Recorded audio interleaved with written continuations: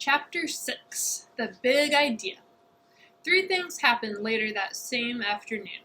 Nick and Janet Fisk had missed the bus because of a school newspaper meeting, so they walked home together.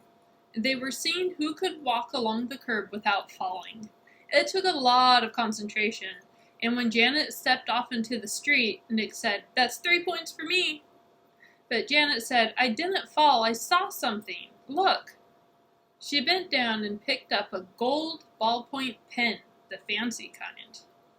That was the first thing, Janet finding the pen. They got back on the curb, and Nick followed Janet, putting one foot carefully in front of the other on the narrow concrete curb. And while he stepped along, he thought back over the school day, especially about his report, and what Mrs. Granger had said about words at the end of the period finally sank in. That was the second thing, understanding what Mrs. Granger had said. She had said, "Who says dog means dog? You do, Nicholas." "You do, Nicholas," he repeated to himself.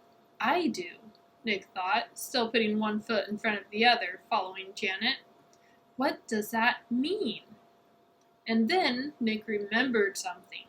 When he was about 2 years old, his mom had bought him one of those unbreakable cassette players and a bunch of sing-along tapes. He had loved them, and he played them over and over and over and over.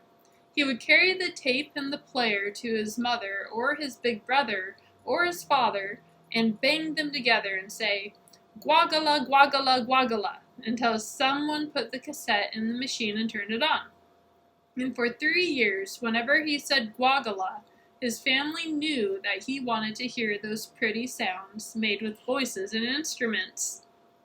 When Nick went to preschool, he learned that if he wanted his teacher and the other kids to understand him, he had to use the word music. But guagala meant that nice sound to Nick, because Nick said so. Who says guagala means music?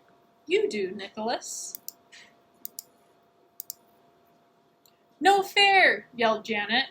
They were at the corner of their own street, and Nick had bumped into her, completely absorbed in his thoughts. Janet stumbled off the curb, and the gold pen in her hand clattered onto the street. "Sorry, I didn't mean to, honest," said Nick. "I just wasn't watching. Here." Nick stooped over and picked up the pen and held it out to her. "Here's your..." And that's when the third thing happened. Nick didn't say pen. Instead, he said, "Here's your Frindle." Frindle? Janet took her pen and looked at him like he was nuts. She wrinkled her nose and said, "What's a Frindle?" Nick grinned and said, "You'll find out. See you later." It was there at the corner of Spring Street and South Grand Avenue, 1 block from home, on a September afternoon. That's when Nick got the big idea. All right. Next time we'll read Chapter 7, Word Wars. See you then.